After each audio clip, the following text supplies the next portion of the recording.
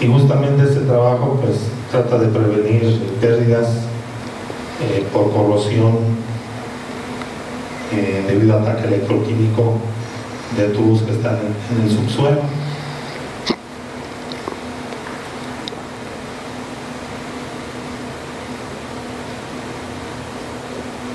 Entonces aquí vemos que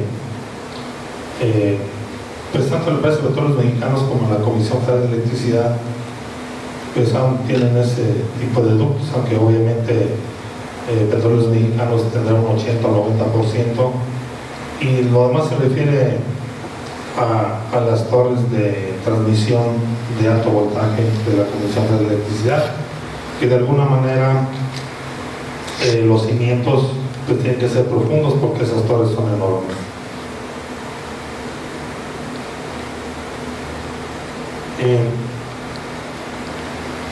Nosotros aquí tratamos de representar más que nada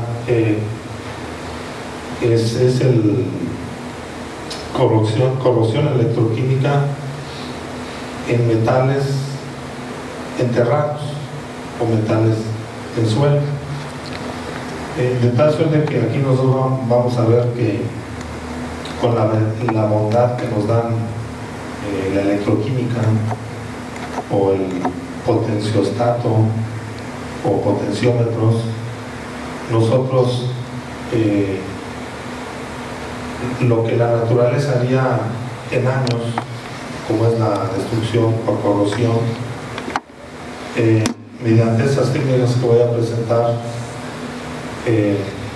se pueden hacer representaciones en minutos, ¿sí? De tal suerte que uno a nivel de laboratorio representa uno las condiciones a las que están sujetas esos tubos enterrados, de tal suerte que uno puede diagnosticar mediante técnicas de laboratorio que voy a mostrar el suelo, qué tan corrosivo puede ser, de tal suerte que nosotros metemos unos electrodos, un ánodo, un cátodo, metemos o inducimos corriente eléctrica y nosotros vemos cuál es la resistividad del suelo. Cuando un suelo denota baja resistividad, quiere decir que tiene que está propenso a una agresividad muy violenta en cuanto a la corrosión, y si tiene mucha resistividad quiere decir que es un terreno muy corrosivo. Por el lado contrario, cuando hay mucha conducción de corrientes o mucha transferencia de electrones o iones, va a ser un terreno muy corrosivo. Cuando hay poca, es menos corrosivo. Entonces, aquí se puede ver que tomamos una muestra de suelo, luego la distribuimos para aplicarle cierta granulometría, porque de hecho los factores que influyen mucho en que un terreno sea corrosivo pues viene siendo, por ejemplo, la cantidad de agua que esté en ese suelo, la cantidad de oxígeno. Esto quiere decir que un suelo, mientras menos profundo sea, tiene más aireación, tiene más contenido de oxígeno, y por lo tanto el oxígeno interviene mucho en el fenómeno de corrosión, al igual que el agua. Por otra parte, el oxígeno disuelto que se encuentra en los poros del suelo, mientras más profundo sea, pues tiene menos aireación y menos contenido de agua. Pero por otra parte, mientras más profundo esté enterrado el tubo, pues se va a almacenar más agua, ¿sí? Y el agua también es otro factor contundente para que el suelo sea corrosivo y tenga el tubo o la tubería un ataque violento o una agresividad de corrosión electroquímica. Y como ves, ahí estamos utilizando en lo que es el potenciostato, y ahí tenemos,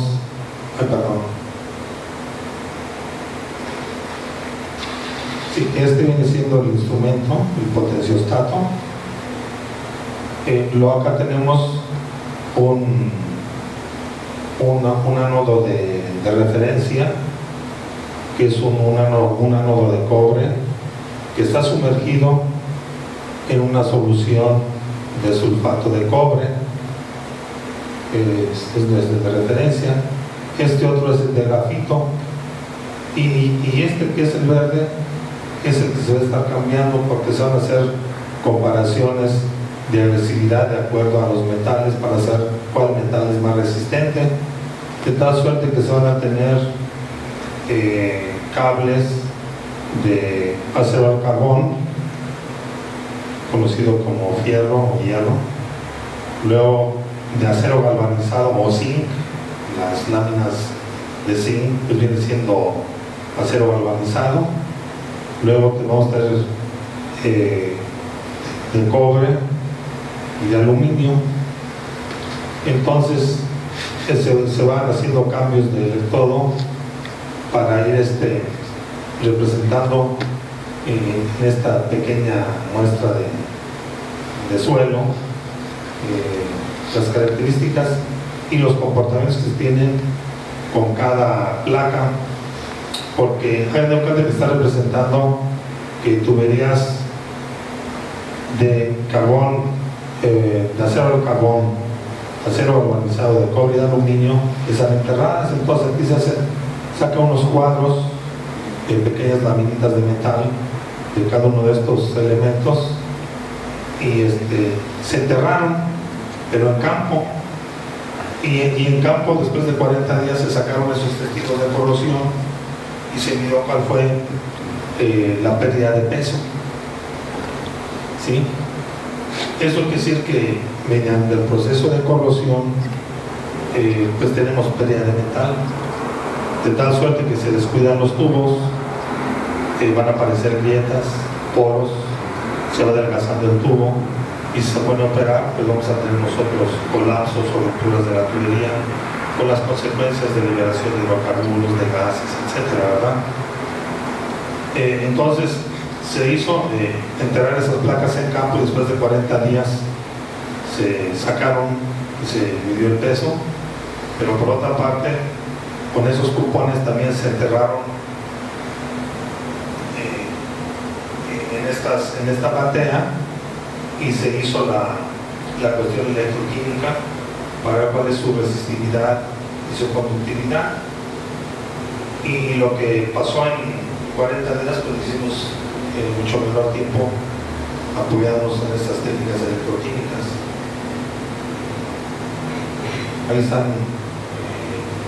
Ahí están los resultados de humedad en el suelo, en la muestra patrón de suelo que se tomó, peso inicial de 1 kilogramo, lo que estuvo de masa final, contenido de agua, y aquí vimos cuál es el contenido de humedad. Reitero de que la humedad pues es uno de los enemigos también muy serios en cuanto a la corrosión de los metales. Y aquí tenemos qué fue lo que nos dio los aparatos. Aquí se ve una resistividad, contenido de cloruros, porque esos iones cloro obviamente que también son perjudiciales, porque al menos que se tengan tuberías con acero inoxidable, con contenido de cromo, níquel, molibdeno, manganeso, etcétera, que se encuentran bien protegidos. Pues si es acero al carbón, pues fácilmente va a ser otro elemento agresivo para la corrosión. Y esto viene siendo el potencial de reducción, la caída de voltaje que se hizo mediante el aparato. Y siempre que eso se presenta negativo, quiere decir que el suelo es muy agresivo, ¿sí? Entonces en este aparato pues se hace la reducción y la oxidación. Normalmente la oxidación se hace en el metal, que es el que se va atacando y adelgazando, y la reducción normalmente es cuando existe oxígeno, ¿sí? O si hay mucha actividad microbiana, pues va a haber reacciones anaerobias, y no va a tener la presencia también de hidrógeno, y en las reacciones de reducción tendríamos que se reduciría tanto el oxígeno como el mismo hidrógeno. Y aquí tenemos el pH 6.8, no muy agresivo, no muy ácido. Y luego aquí tenemos la granulometría. La granulometría o tamaño de los granos del suelo es lo que nosotros llamamos como textura. O sea que la textura puede ser que el suelo esté contenido de grava, arena, limo y arcilla, siendo la arcilla los gránulos microscópicos más pequeños y a la vez más compactos, como ven aquí. Cuando el tamaño de partícula es menor de 2.38 en diámetro, es menor de 2.38 milímetros, pues se dice que viene siendo arcilla, y a todos los demás pues viene siendo arena, limo, ¿sí? Y aquí están los porcentajes de cada uno de esos componentes, o de acuerdo al tamaño del diámetro de cada uno de los componentes del suelo. Cuando nosotros hablamos de la estructura del suelo, nosotros estamos hablando cómo se encuentra el suelo conformado, ¿sí? Mediante canales capilares. Se dice que el suelo es capilar, si es poroso o si es mediante películas o escamas. Ahí tiene que ver mucho la estructura, y la estructura es muy importante también, porque si un suelo es poroso, pues la transmisión o el drenaje o la filtración de agua va a ser mucho más rápida, ¿sí? Lo mismo la granulometría. Esto quiere decir que si nosotros tenemos un suelo arcilloso, pues el suelo va a ser impermeable, porque va a estar muy compacta. Son muy pequeñas partículas y están muy compactas, ¿sí? Sucede lo contrario que si nosotros tuviéramos grava o arena.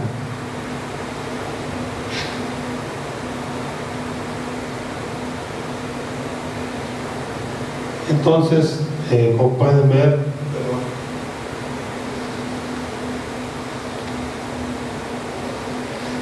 aquí pues tenemos la pérdida de metal que se hizo cuando estas laminitas se enterraron en campo, ¿sí? Y que estuvieron 40 días enterradas. Pues aquí se ve, miren la diferencia en peso. Obviamente que el que tuvo mayor peso pues es el acero al carbón, que es el más débil en cuanto a su estructura molecular. El que tuvo menor fue el cobre, que es el que más resiste, y luego el zinc, ¿sí? El que viene siendo el acero galvanizado. Por otra parte, aquí están los estudios tanto de inducción de corriente como de la resistividad,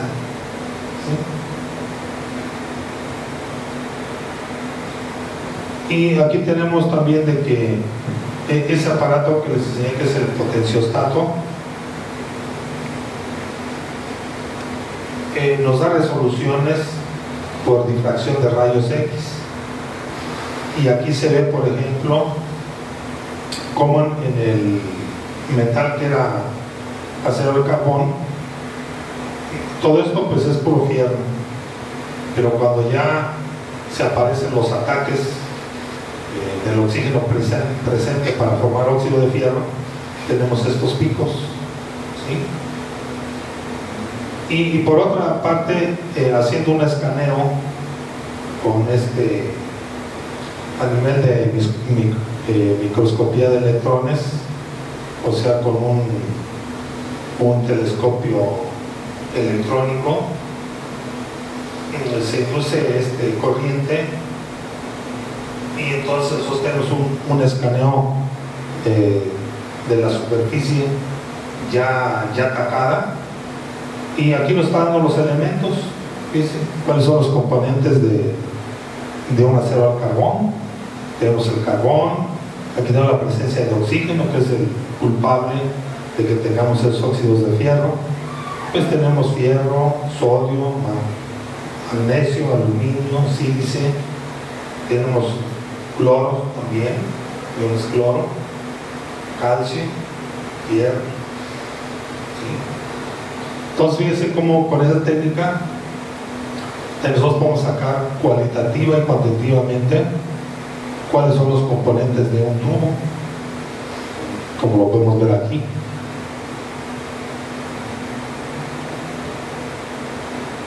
Aquí ese mismo estudio se le hizo a la placa de acero galvanizado, y aquí vemos también, por ejemplo, con la presencia de oxígeno que aquí tenemos, hubo ataques al tubo, bueno, en este caso al cupón o testigo de corrosión, y entonces tenemos formación de óxido de zinc, pero también tenemos la presencia de agua, de tal suerte que nos está la formación de hidróxidos de zinc, que son estos piquitos, esos picos azules, ¿sí? Y cuando lo pasamos a un escaneo por microscopía electrónica, tenemos aquí cuáles son los componentes de un acero galvanizado: cobre, aluminio, es como que ya tenemos aluminio, tenemos fósforo, tenemos azufre, que no tenemos en el otro, ¿sí? Y también tenemos, bueno, aquí están los picos de cobre.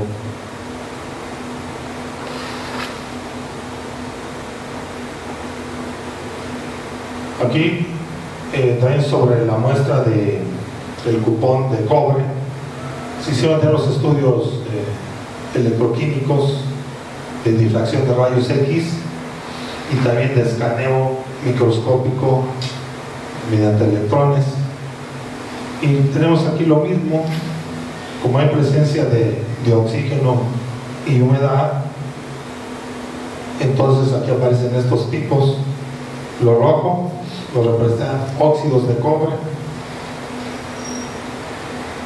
y esto son esto fue sobre el escaneo de la placa de cobre.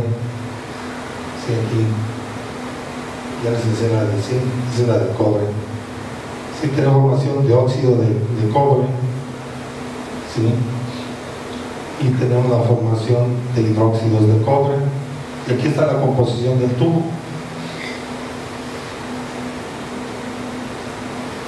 Entonces aquí tenemos nosotros la conclusión, que dice que la presencia de iones en el estudio pues incrementa la conductividad y disminuye su resistividad, favoreciendo el comportamiento de la corrosión, pues mediante la diferencia de celdas por aireación, porque les he comentado yo que cuando no está muy enterrado el tubo, nosotros tenemos aireación y tenemos contenido de oxígeno.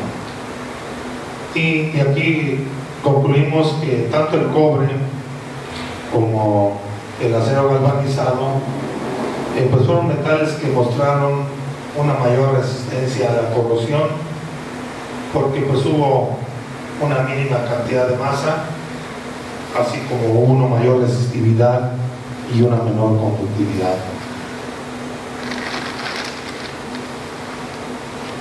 Aquí nosotros estamos comentando que se ve que, por ejemplo, a través del escaneo microscópico alcanzamos a advertir que la capa de corrosión o de óxido de fierro que se forma en esos tubos pues viene siendo como suelta, de tal suerte que es fácil que se caiga y que se siga atacando el tubo. Sin embargo, nosotros tenemos tanto zinc como aluminio Esa misma capa va formando una placa adherente de ciertos componentes o compuestos que no se sueltan y se queda fija el tubo, de tal suerte que en su momento sirve hasta de protección.